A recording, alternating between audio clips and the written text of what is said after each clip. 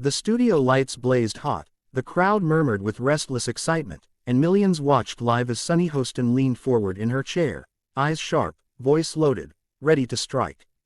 But what she didn't know, what no one knew, was that John Fetterman had walked onto that stage carrying more than just talking points.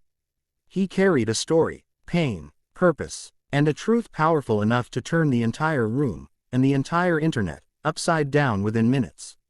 When he finally spoke, even her loudest critics fell silent, because nobody expected a senator to throw away politics and speak straight from the scarred places of his life.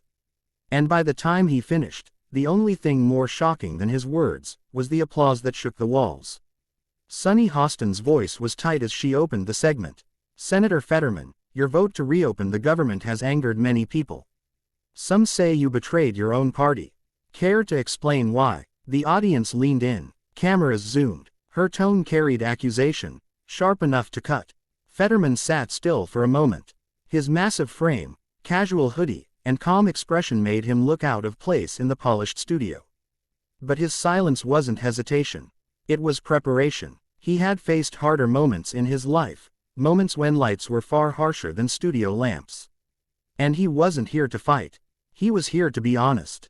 He inhaled slowly. Sunny, he said quietly but firmly, you don't have to agree with my vote. But before you question my reasons, you should know the weight behind it. The energy in the room shifted.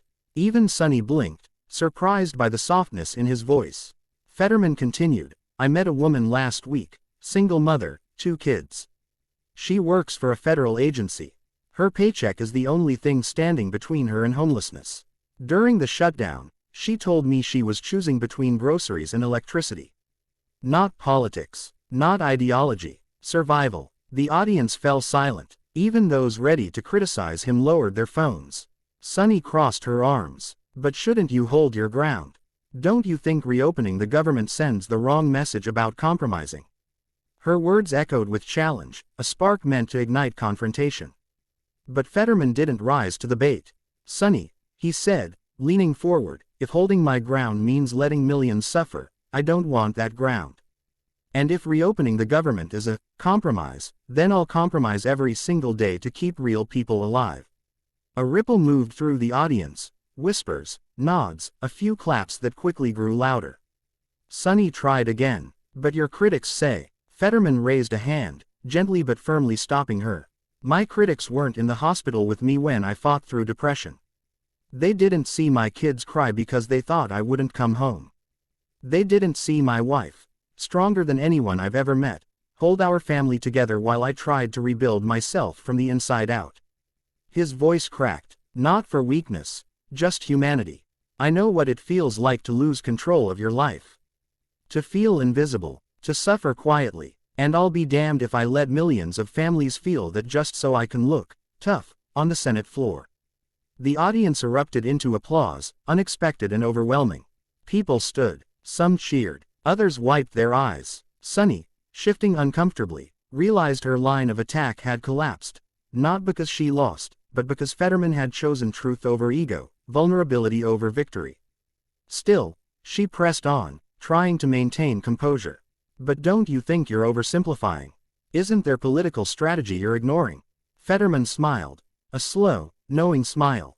Sunny, strategy didn't save that mother's home. Compassion will. Leadership will. Action will. Politics. Politics only helps politicians. The crowd roared again. Even Sunny's co-hosts looked stunned. He wasn't humiliating her by mocking her or clapping back.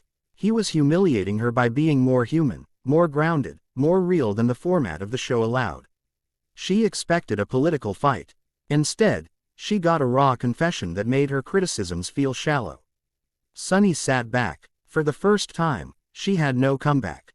Fetterman straightened his hoodie and looked directly into the camera, into the hearts of everyone watching across the country. Listen, you can disagree with me. You can shout at me. You can tweet at me. But if you ever think I'll choose party theater over American families, then you don't understand why I came into public service in the first place. I don't want to be the loudest senator. I want to be the one who remembers people.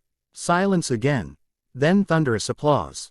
What happened next would go viral in minutes.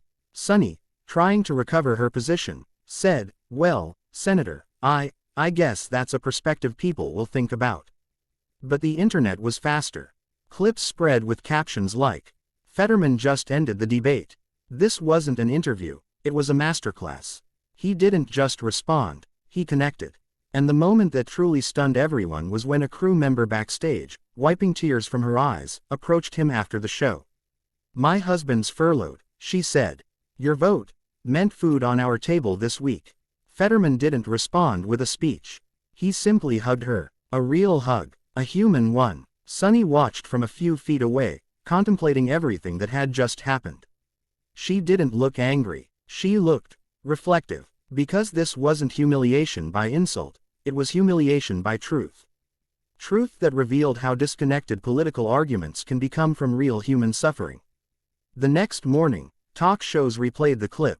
News outlets debated it, but people, ordinary people, felt something deeper. And that was the real victory. By the end of the week, something rare happened. Supporters and critics, left and right, agreed on one thing. Fetterman had reminded the country that leadership isn't about winning arguments. It's about remembering the people who can't afford to lose them. And for millions watching that night, the takeaway was simple, powerful, unforgettable. Sometimes the strongest person in the room isn't the one who shouts the loudest but the one who speaks the most truth.